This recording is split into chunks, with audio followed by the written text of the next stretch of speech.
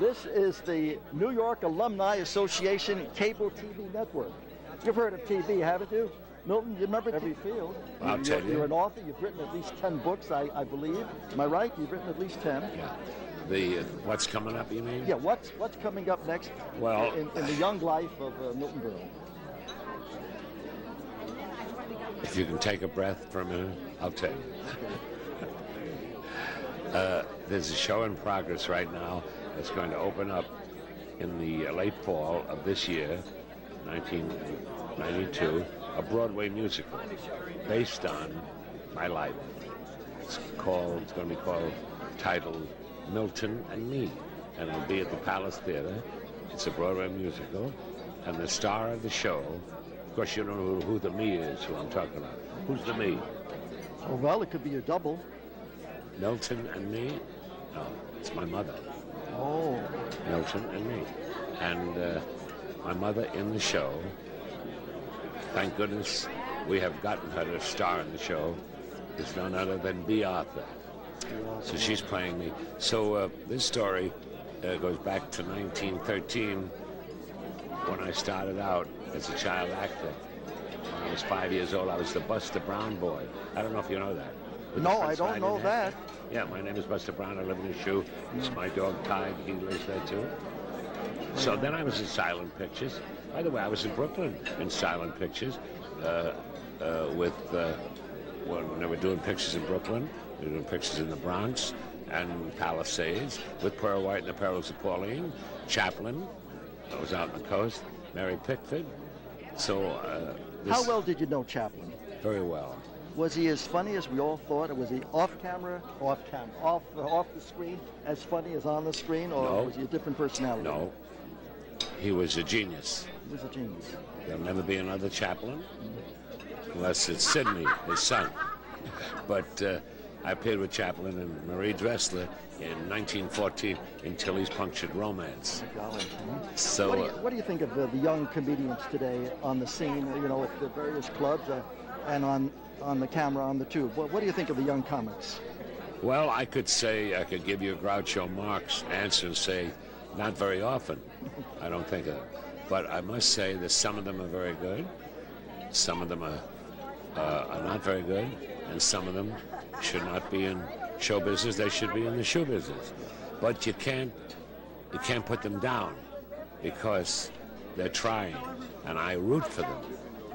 Unfortunately, I am from the old school. Fortunately, I'm from the old school, from vaudeville days, where we weren't able to say hell or damn. And today, if you watch a cable show, they use the F word a million times. Is it necessary? I don't think so.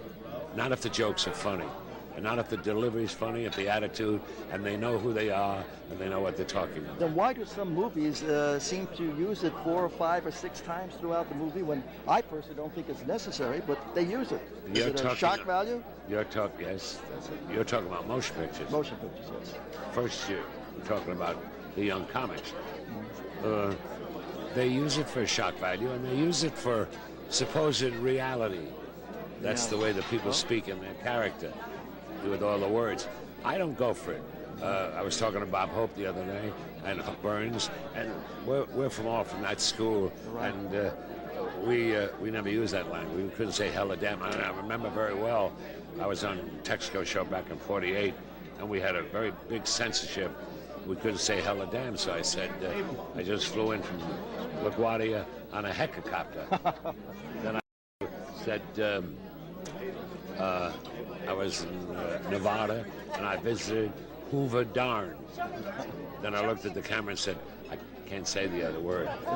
So those times have changed. Before we sign off, Milt, one last question.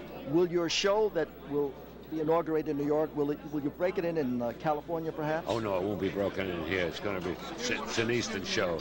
I'm sorry. Gee, we have intruders everywhere, folks. You mean you won't break it in Connecticut or Peoria or anywhere? Yes, we will. You said, are we going to break it in California? We'll no doubt go to New Haven or Boston in 3-4 weeks to see what we have. Well, what do you mean to see what we have? Don't you know what you have? Sure we do, but how do you know if there's not going to be changes and edits? I tell you, in all your years in show business, did an audience ever surprise you? In other words, Is the audience different all the time? In other words, I hear a lot of your material at all our reunions, and I keep laughing even though I may have heard one of the gags before, but I always laugh. Are you ever surprised when an audience may not go for your material? Is it possible? Well, there was a time, but not now anymore. You mean you have some good ad-libs if an audience isn't really clicking fast? Is that what you have to do? I didn't hear you. Let's say you've used tested gags, and the audience, for some reason... Stock jokes. Yeah, stock jokes, and all of a sudden the audience isn't going for it. Then I don't blame myself. I blame the audience. Okay, I tell you, we can't blame anybody for the wonderful time we've had tonight here with Milton Berle, who's been honored many, many times by the New York Alumni Association. Here we are at the Friars Club. This is Irwin Zucker, class of 44, Boys High School, signing off.